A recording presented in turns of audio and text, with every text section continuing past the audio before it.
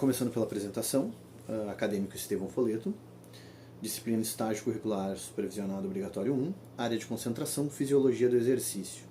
O tema, incompatibilidade evolutiva e o treinamento moderno, perda de atleticismo e funcionalidade em praticantes de musculação. A incompatibilidade evolutiva, então, entendida como um ambiente em que o ser humano se encontra, no qual ele não evoluiu para estar, ou seja, esse ambiente ele não contemplaria as demandas biológicas do corpo humano. A justificativa do trabalho, a observação do flagrante fenômeno da perda de atleticismo e funcionalidade nos praticantes de musculação e a causa dessa ocorrência. Bom, né, com o advento do fitness, e como eu falei no próprio paper do trabalho,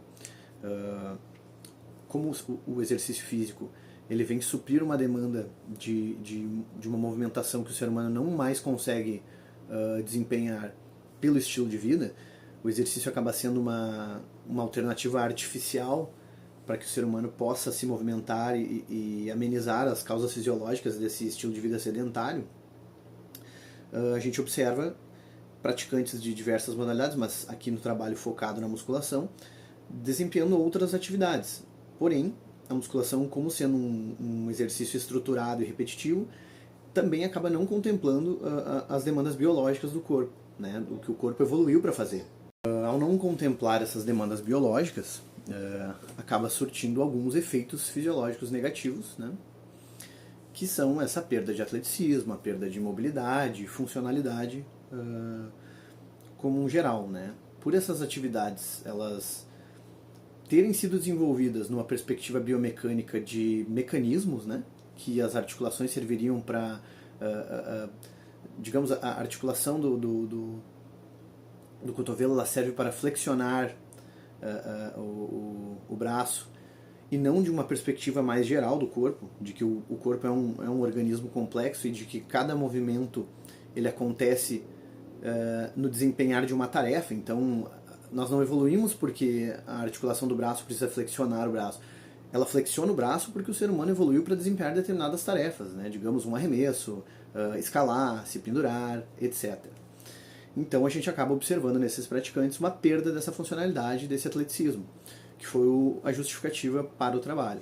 Os objetivos, demonstrar por que o treinamento moderno se encontra em incompatibilidade evolucionária em relação às demandas de movimento humanas, que já foi explicado anteriormente, como os exercícios físicos eles foram uma alternativa, entre aspas, artificial, para essa falta de movimentação generalista e abundante humana. Eles acabam se tornando demandas estruturadas e repetitivas, coisa que o ser humano não evoluiu para fazer. Dentro dessas demandas estruturadas e repetitivas, a depender do esporte, no caso do trabalho, a musculação, acarreta uma perda de funcionalidade, perda de movimento, às vezes perda de até mesmo restrições articulares. Investigar sobre uma ótica biológica evolutiva, como o treinamento moderno pode levar à perda de funcionalidade e atleticismo. Então, dentro dessa ótica, investigar o porquê, né, como acontece essa perda de mobilidade, essa perda de funcionalidade e restrição articular, e apontar possíveis soluções para que, em conjunto com o treinamento moderno e o ambiente, possam ser preservadas as funcionalidades de movimento ou mesmo recuperadas quando perdidas. Ou seja, dentro tanto da prática do estágio quanto de pesquisa própria, buscar alternativas, né? Seja para que essas perdas de movimento, perdas de funcionalidade, perdas de atleticismo, elas não aconteçam ao se iniciar os treinamentos físicos específicos, ou em caso de um praticante já de longa data, como é o meu caso também, um praticante de longa data de musculação, recuperar, né, ter acesso novamente a essa movimentação perdida e, obviamente, tirando essas restrições articulares. A fundamentação teórica, então o presente estudo foi embasado na área da fisiologia do exercício, numa abordagem biológica evolutiva, como já tinha explicado anteriormente. Os principais autores a influenciar o trabalho foram Pablo Santurbano, Daniel Lieberman e o Desmond Morris. O Desmond Morris não tem citações no trabalho, porém ele foi uma grande influência e eu pretendo, dentro dos próximos papers, colocá-lo também nas referências. Mas o principal influenciador foi o Pablo Santurbano com este livro aqui. A Evolução e Movimentação Humana, volume 1. Foi esse livro que me inspirou a fazer a escolher o tema. É um livro muito interessante, focado na perspectiva biológica evolutiva. Então, a metodologia utilizada foi a bibliográfica, com a finalidade de abordar o treinamento moderno sob uma perspectiva biológica evolutiva e discutir soluções possíveis às ações deletérias da incompatibilidade evolutiva, como a gente já tinha mencionado antes, observando, né, essas restrições, como o praticante de musculação ele é pouco atlético, tentar encontrar alternativas para que isso seja minimizado ou não aconteça, né? E caso já tenha acontecido, muitas vezes os atletas sofrem de dores, de lesões, tentar fazer com que isso não aconteça ou que se minimize, né, essas dores e essas lesões.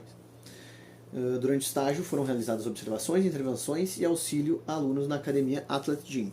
Então, durante o estágio foi isso que eu fiz. Foram realizadas as intervenções, as observações, primeiro observando como eles trabalhavam, depois as intervenções como eles trabalhavam, e só mais tardiamente colocando a minha perspectiva e a perspectiva do trabalho. Observação. Então a unidade ela fica em Cachoeira do Sul, possui um total estimado de 500 a 540 alunos, tá? Conta com 8 funcionários e oferece serviços de musculação apenas, é uma academia apenas de musculação. Ela é ampla, ela possui 700 metros quadrados, 60 máquinas modernas, além de barras e anilhas, tá? É um espaço bem amplo, bem estruturado e que oferece para o que se propõe, que é a musculação, oferece uma estrutura bem satisfatória.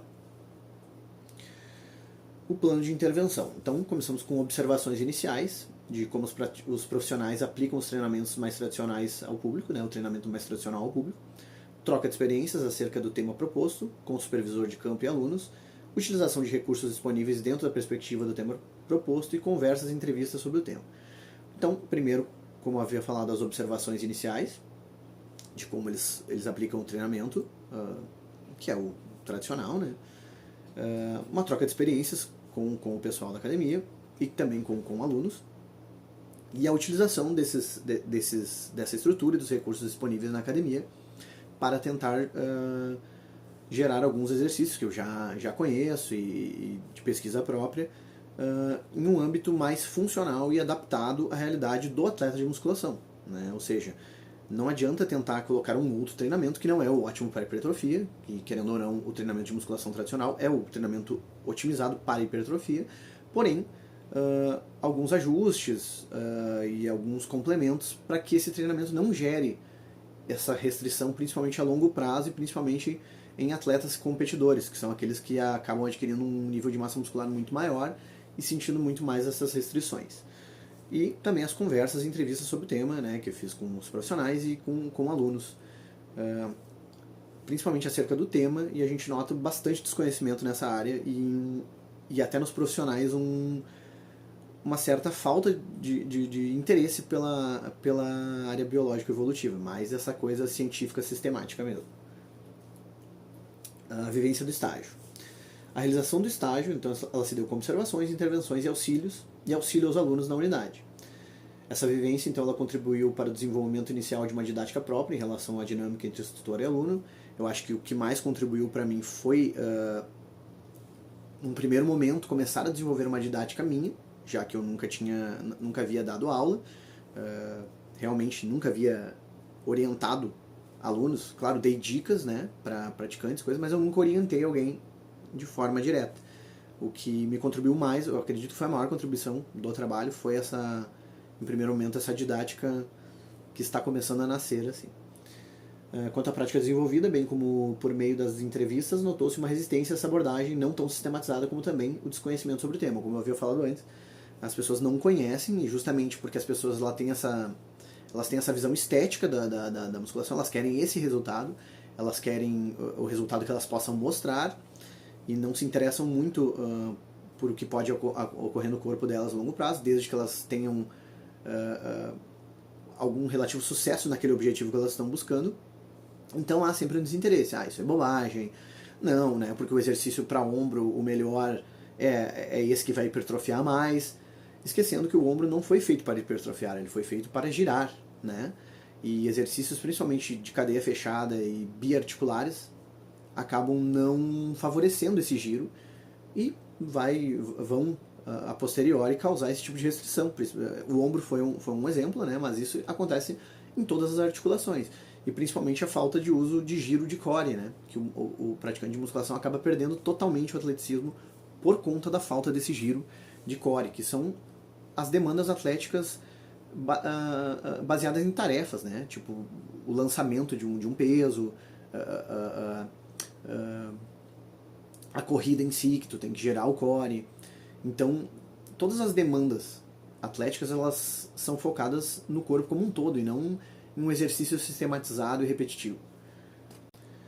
Como resultado, então, a possibilidade de desenvolvimento teórico e prático desse tema, bem como também do debate desse tema em relação à cultura fitness. Então, eu pretendo, né, desenvolver mais esse tema, tanto teoricamente quanto praticamente, e colocar ele em pauta, né? Acredito que não vai ter nenhum trabalho falando sobre isso, e obviamente já existem trabalhos no meio acadêmico, mas acredito que nesse semestre o meu trabalho vai ser um dos únicos falando sobre isso.